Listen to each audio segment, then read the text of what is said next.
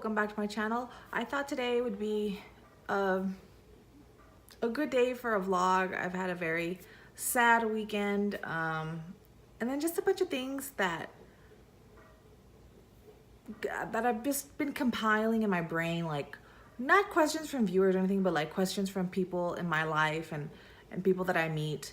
I don't know, I guess I should not have to feel that I have to be accountable or explain my financial situations to people. But here's the thing. Okay, I'm a stay-at-home mother first, right? I wish I had a career in some whatever, you know, a career of some kind. So like, you know, I would like to help my husband more. You all know that I do a bunch of things, and this is the thing that prompted this video. And I'll kind of go through how my weekend went, because I had a really shitty weekend. I'll get to that in a second. First of all, my organizational stuff. I haven't really sewn all winter break, like for my kids' school. I had a few orders. I did them, and then I gave them, and then I didn't really pursue it too much because I did work quite a few promotional gigs. And if you don't know what promotional modeling is, I can leave a link into one of my videos that I have in a previous time that I've made this a long time ago, explaining what that is. And then I had some family come in, and they're kind of like, well, I always see you posting stuff about fashion shows and things. Do you get paid from that? And I was like, no, you know, they're just for fun. I usually just end up spending money. Like, it's a deficit. It's not a profit for me when I do fashion shows. But I do them as a challenge to keep my creativity somewhat going. So my cousin looked kind of confused, like, what? Like, what? You know what I mean? So I was like, she's like, well, what do you do? And I'm like, well, I do things. That made me sound like I'm a freaking drug dealer or hooker or something. I do things. Well, here's the thing. I do things, right? And I think the best way to explain what I do for a living is I'm mainly just an independent contractor. I guess you could say if I was a stay-at-home mom, I could put the fancy title domestic engineer. But independent contractor is really the best explanation of what I can give. So I've been booking with more frequency, doing styling, like wardrobe styling on commercials. I've already done my second commercial with a local furniture company through a very good friend of mine that he always hooks it up with work. And I always, you know, like, if you know me, I'm always trying, like on my Facebook or whatever, I'm always trying to refer people to someone else or show them a link, like, hey, this place is hiring, or hey guys, there's a casting here. I'm always trying to help people because I believe it's like a two-way street. You help them, they help you, and you know, you just, that beneficial relationship just feeds off each other. And like, you know, if you can grow, you can help someone else grow. Like, I'm all about helping people. And so my friend now helped me, and he's like, do you want to style for this commercial? And I was like, yeah. So if you saw a few weeks ago, I posted on my Instagram, it was like a still from this commercial where I was doing just the wardrobe styling for this. And then I got another gig that's coming up this coming Sunday. I'm gonna be a fashion stylist assistant, and we're shooting in New Mexico. So that's gonna be a lot of fun. And then I got some different gigs. And again, these are all independent contractor gigs. So, you know, independent contractor, you get a 1099 at the next beginning of the year during tax season. You have to pay your self-employment tax on top of that, as well as like your taxes. Because when you get paid, like during the year of 1099s, they don't take any taxes out. You can choose to do to pay your taxes on them, I think, with like an estimated tax form. So that way you can get some back you know, on the next tax season, but you still have to pay your self-employment tax. And I guess if you were off, you still have to pay whatever left taxes are owed for what you made. So that's what I do. Again, I'm actually starting to get back into mystery shopping, and I was really thinking this week, maybe I should do an updated video on this, especially since I was going to try and attempt a video mystery shop. And, you know, I haven't done it in so long. I did a video mystery shop, or a mystery shopping video topic on my channel a couple years back. And even then I was going off what I knew from years prior to that, how I used to do the mystery shopping. But now there's a lot of new technology and apps that they use when you do shops. So I'm thinking maybe I should do an updated video just to kind of modernize my previous video on the new ways that these companies do these things now because, and I'll show you, it's really cool. But kind of go back, my mind is like all over the place. Really, I am just not an organized person unless I have structure. And I guess that's like ADHD. No, I'm not, I'm just like diagnosing myself. But both my kids are ADHD. I have one that's high functioning autism. So I take whatever their counselors say and I'm like, oh, they get it from me. So whenever these kids are in winter break, it throws me completely off. I have a hard time staying on schedule. I have a hard time with my tasks and being organized, just because like my day starts later because I'm lazy and I sleep in. And when I get up for school with them, I'm always up every day. You know what I mean? So this past weekend I had one of my dogs that I had, she contracted parvo. I don't know how. I know she probably should have been vaccinated, right? I know we slipped up in that department, just figuring, we'll do it when the time comes. We just keep them away from other dogs because I have my other pug and their cat, so they just socialize amongst each other. She still caught it, so I don't really know. And she passed away. She spent the night in a hospital, and she looked better, and I thought she was gonna make it because I started watching a bunch of YouTube videos on parvo and all these people that were able to like help get their dog through it so they could get over it. I watched so many of them. It gave me like false hope. So I brought her home too early. Either way, at the time, I didn't think that I could afford an extra day in the hospital. If you've ever tried to hospitalize your dogs, I mean, it's very expensive. But she didn't end up making it. So it was kind of a shock and traumatic this past weekend because we were trying to give her Pedialyte and she just kind of like died in my arms while I was trying to feed her. So it was very traumatic for me and my son. So that was a really shitty part of my weekend. And then, weight-wise, another thing, I've gained some weight, or I've had extra weight for the past 2 years since I had my one New York trip about 2 years back. I think the hysterectomy really has something to do with my weight gain, but I'm trying to do keto right now.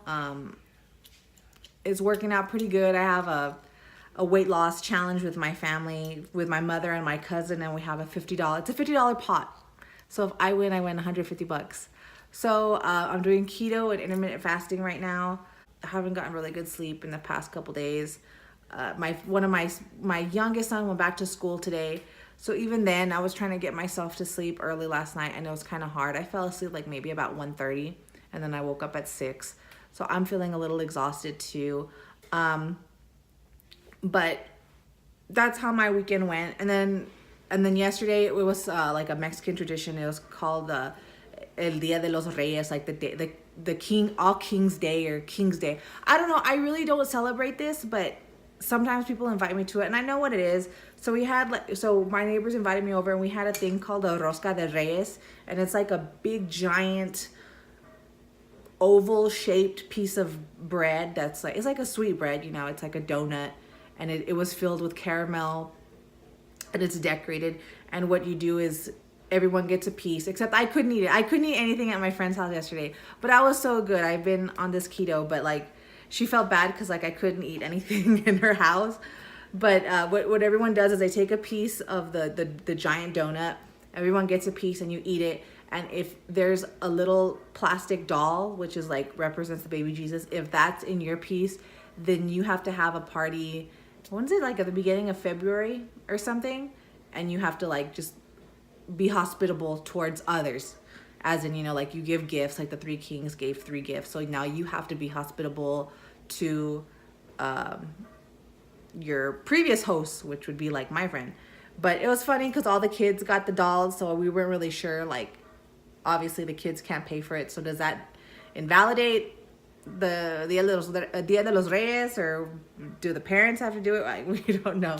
It was fun though, and then we watched Happy Gilmore. But so back to just my life after the holidays. So going back, see, my mind is all over the place. If I had structure, this video would be so much better. So again, going back to when I told my cousin I do things, and then going back to what a 1099 is, I have that gig. And then of course, if you are also struggling with money issues, here's what I've been trying to do to somewhat make money from home and still be there for my kids and my family. And then if you've watched further back, I had a vlog where I explained that I also care for my grandmother in the mornings. I go to her house and I make her breakfast and just kind of make sure she's okay and everything. So like I'm doing my due diligence every day. I check the FB group, the Facebook groups, which, you know, this could apply to anybody, not just the kind of line of work that I'm trying to find, but like I'm in groups of different ones, like help me find a production assistant, you know, more I need a crew or something like that. Like these all pertain to like film, TV, photo shoots, stuff like that. So I check them every day to see if there's something close to my area. Really, where I live, it's kind of hard, but sometimes I find stuff. Once in a while, I'll like stumble onto something and I'll get a gig that way. Also, every day I check the Craigslist gigs all subcategory of that to see if there is some kind of short-term gig in my area that I could do maybe for like a day or so that'll make me make money on the quick, you know, per se. So like this past week also, I had saw there was a what do you call it, a posting, and I had tried this once before and it was so weird. They told me I had gotten in, but I didn't get in, so they didn't let me do this mock trial. So what it is like a lawyer, and they set up, like some lawyers group, they set up like a mock trial, and they get a bunch of like, it's like a focus group, I guess you could say. They get a bunch of participants and they see these people put on like this mock trial, kind of like a play. And then once it's over, they ask your opinions on the case and what you thought about this and this. So everyone kind of gives their 2 cents about the mock trial. And then they also feed you and they treat you real good. This is gonna be at a hotel. So I know this type of work is legit, and then they paid $200 cash at the end of the day. So hopefully this doesn't happen like the last time, because about a year and a half ago or 2 years, I tried to do the same thing. I don't know if it was the same company, but the lady had told me all the details. She said I was in, my name would be on the paper, and it would be, you know, it's like an all-day thing, like 9 to 5 type deal. So I went to the hotel, and there was a bunch of other people that had also answered the ads. And I was noticing as people were going up to the lady that had like the checkoff roster, she was like, I'm sorry, or he was like, I'm sorry, your name's not on the list. And he's like, I just spoke to this lady last night. She said I was in. She gave me the details to come here and how much I would be paid and how to dress. She's like, she told me everything. And he's like, I'm sorry, sir. So I'm not really sure what that was about. Same thing with me. I thought for sure these people weren't paying attention. And then I got up there, and same thing. This woman had told me that I was in for this mock trial. She had told me what to wear, all the details that you would tell someone who was definitely confirmed, right? So I went up there and he's like, I'm sorry, ma'am, your name's not on this list. And I was like, I just spoke to this woman last night. And he's like, you know, so whoever they turned away, they gave away like $30 just for showing up. So I'm not really sure what that is. I hope to God that doesn't happen this time. So that's a nice little gig. And again, I'm trying to make as much money as possible because I do have to pay down that vet bill, which, you know, obviously your animal dies. I mean, services were rendered, so I still have to pay for that. I'm just getting a little bit of inquiries. I feel quite blessed. I'm getting some inquiries.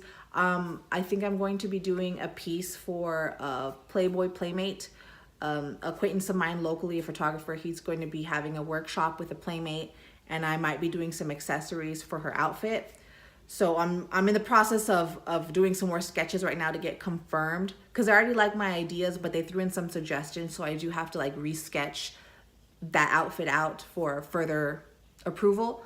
And then I'm doing another piece for a friend of mine. He's another photographer and he wants to recreate some photos. So I'm making like a 2-door was it 14th, 15th century looking beret for his photo shoot. So I have that going on. And then yeah, just like a bunch of little things. So you see, I'm always trying to do my due diligence as like a stay-at-home mom. I guess in my case, I do have an odd set of skills, which I don't know, I can't really put that in a normal office setting, in a Joe job 9 to 5, which is probably why I'm having a really hard time trying to find employment where I live. But the short-term gigs are aplenty for me. Maybe I'm just lucky, or I mean, I've been doing this for a long ass time, you guys. So I always joke with my husband, like, I really know how to pull money out of my ass, because I always find like little gigs here and there.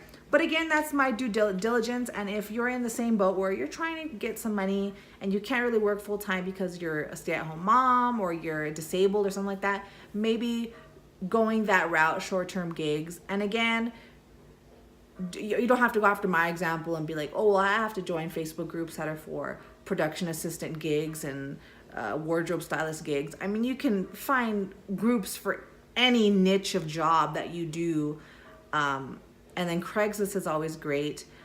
It was kind of slow at one point, like for maybe a year or two recently. It was so dry, but this month and this past month, I've been noticing a lot of more legit short-term gigs. So maybe it just goes through cycles where there's like, it's dry and there's nothing but scams, and then it'll come back to like people having trust again in Craigslist and they start posting gigs. So that's all I wanted to say. Again, I do things. Sometimes it involves making stuff, but not always. So I just wanted to talk about that. If in this long video of rambling, the idea of an updated mystery shopping vlog would be of use to you, please let me know. I'm already doing one coming up in the next 2 weeks, and with the information that I was telling you about the video mystery shopping, how that has evolved for mystery shopping video gigs, please let me know and I'll make a video on that. As always, thank you so much for watching. Have a wonderful day and a good week.